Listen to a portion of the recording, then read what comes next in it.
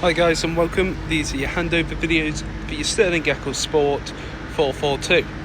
These are essentially basic run-through videos of how to set up and operate the caravan. Starting off at the front, you've got your black hitch head just here. You just need to pull up with your black lever like so. Then wind down the toggle on to the jockey wheel, or the other way around even, until this black handle snaps down. That will push up this red button, exposing a green ring at the bottom. You then have your handbrake just here. You've got your jockey wheel on the side, which is used to level the caravan.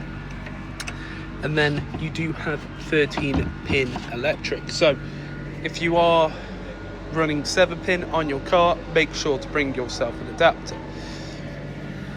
Then 2 points either side, 2 points at the back, you have your inserts for your legs. The caravan itself comes with a leg winder, or you can get yourself a 19mm drill bit and a power drill to just wind them down a bit quicker. Do not attempt to jack up or level the caravan using the legs. They are simply used for stabilisation. Now we're running our test equipment today here, so as you can see I've got a red propane gas bottle with an in-date gas hose. Black gas hoses run for 5 years. And that connects onto that regulator just there. Once both sides are firmly connected, you don't want it too tight, you just want it essentially so it's nipped up using a spanner. Twist the gas bottle in the positive or open direction. That will then begin to feed gas through into the caravan. Then on the opposing side you have your flue just here. Your flue is used to get clean air in and out of your boiler. You don't have to do anything with this except make sure it's nice, clean and tidy and that there's no debris on top. Then just next to it you've got your water pump. So we've got an Eccles full of clean drinking water, and then the water pump here. Water pump itself connects in by just pressing in. You'll hear it click in. We've got this plastic cap to go over the top of the Eccles to make sure no nastiness gets in. Then at the bottom you have your strainer. Now it's critical that the strainer sits at the bottom of the barrel and that you have no kinks in the actual lead itself, as that can lead to coughs and splutters. So what some people will do, they'll get some PVC tubing and just put it around the bottom so it's always nice and straight, as they do have a tendency to curl up. Then just next to it you've got your battery locker just here. So just there is where your battery would sit, and then just next to it you've got your plug-in for your mains. Mains just plugs in nice and easy, and you've got a little bit of a cutout just there where you can feed the mains lead through so you can lock up the battery lock. Motor mover we will show you on the day of collection. And then lastly we've got your toilet function. So starting off first, you have these 2 inserts here where your wastewater will come out of. You'll need some 28.5mm waste pipe to then feed into a waste master that you can then empty out on site. Then first up you've got your cassette toilet. So to remove it, press up on the orange handle, pull out just like so. Now what you can do as well is extend that up and out so it turns into a bit of like a carry-on, so then you can take it to your emptying point on site. Twist that head to the side, take that cap off. You want to tilt, and at the same time as tilting, continually pressing that button there to vent. Then what you can do is open up these 2 compartments, feed in some fresh water, give it a little bit of a shake, and again tilt and vent. Then on this cap here you have measurements in both imperial and metric, and that is for your blue chemical. Blue chemical goes into this cap here, back on just like so, twist the head back to the side and push it in just like so, so that the orange head sits behind those white teeth. And just up above you have your plug-in for your flush tank.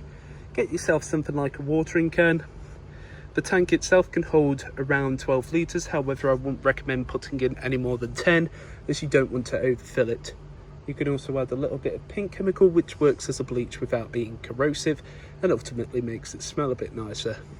Now you don't want to travel with either of these 2 full, So just up here you have this little bung just here which drains off the remaining water from the flush tank. The caravan itself will be fully drained off before you leave with it. Then just underneath here you have first your boiler just there. You've got this grey box on top which has both your fuses and then your trips. All your fuses in the correct position and all your trips there. I'd always recommend for you to carry a few extra fuses in the van with you there as well. You can see on top you've got spare heating and hot water, and then as well charger, all lit, meaning that all of those are just working there. And then you have a reverse polarity button just there. You then just have a complete system shutdown button. Press that in, nothing inside the caravan works. Then this silver box here, if I just go there, is your battery charger.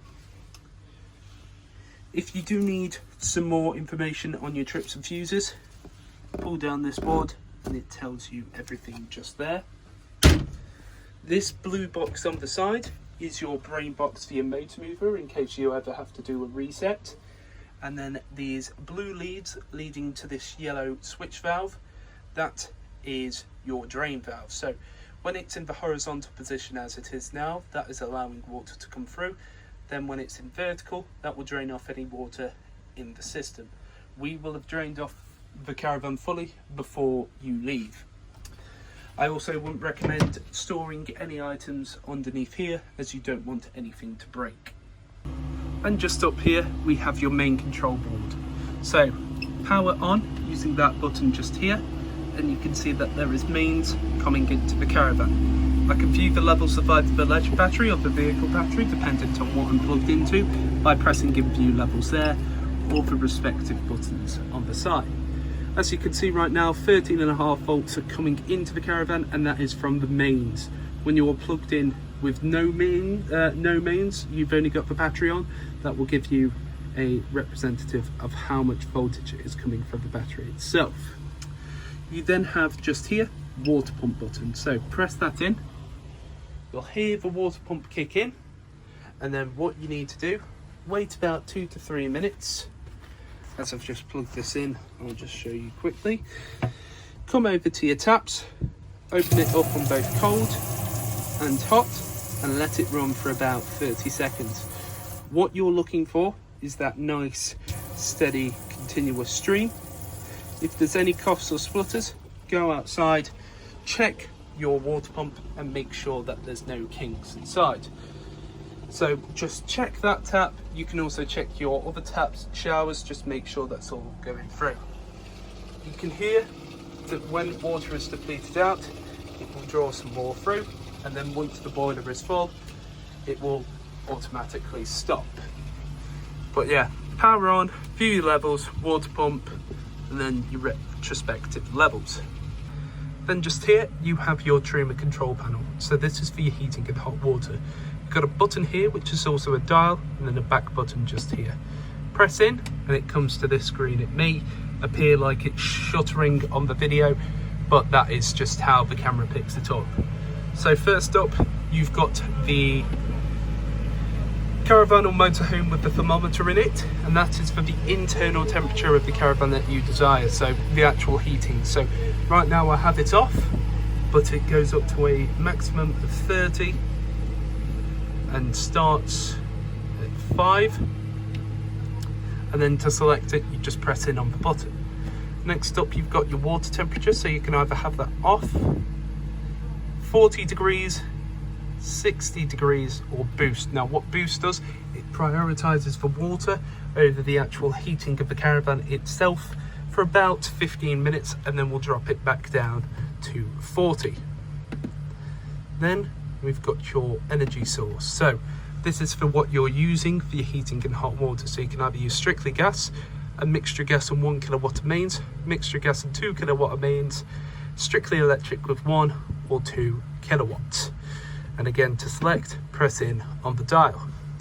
Next up you've got your fan. So as I am currently got no heat inside, I can either have it off or vent. And what vent does, using your vents, it will push through the air inside the caravan. So you'd have your windows open and it will push through the nice fresh air. However, if I just go back to this panel and put on a little bit of heat, so let's just say 7. I either have the fan speed at eco or high. Eco is a nice steady stream. High is a bit more of a ferocious stream just there. Then you've got a timer allowing you to start when you'd like the heating and hot water to come on, when you'd like it to finish. So you first input when you'd like it to start and when you'd like it to finish afterwards. Then you've got the correct time. So it's currently not 10 minutes past midnight. When the panel's been turned off, it will reset itself, so you just have to put in the correct time. Then lastly, you've got your settings. This is just some additional settings. So you've got index, brightness, language, reset, offset. I'm not going to go through the settings. If you want to know what each part does, please have a look inside your book pack and it will tell you. And then to turn this off, you press and hold in on the dial and comes up as off. Then just here we have your fridge operation. So fridge is currently off. You've got this button here which you press and hold in and you can see that LED comes on. It will flash up and go to its most recent memory. If you don't interact with it for a little bit of time, that LED on both sides will just go off so it doesn't disturb you whilst you sleep, just like that. When you want to change anything, press and hold on this silver button.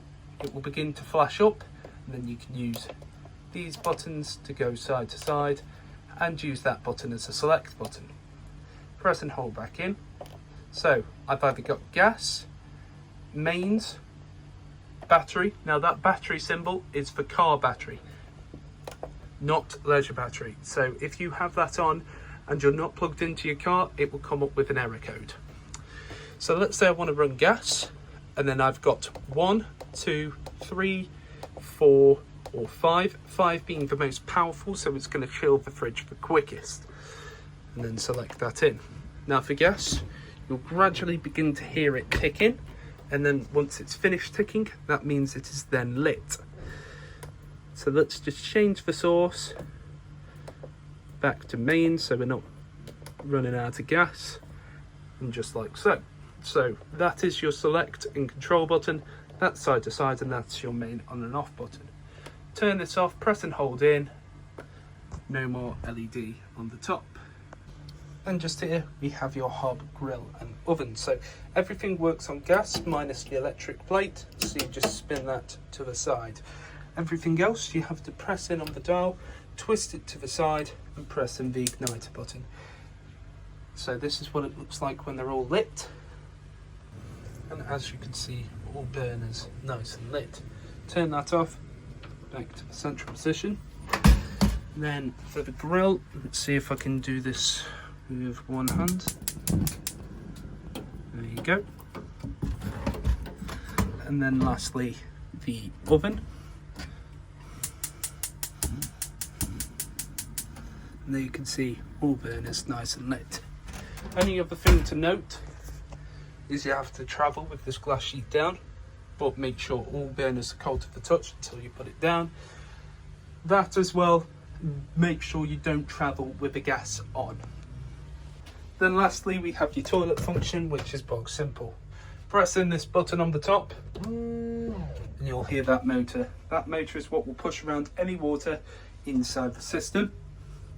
Press this handle away from you, opens up the cassette, pull it back towards you and it shuts it up just like so. Then when the cassette is full, there'll be a red LED come on underneath there to tell you to empty it.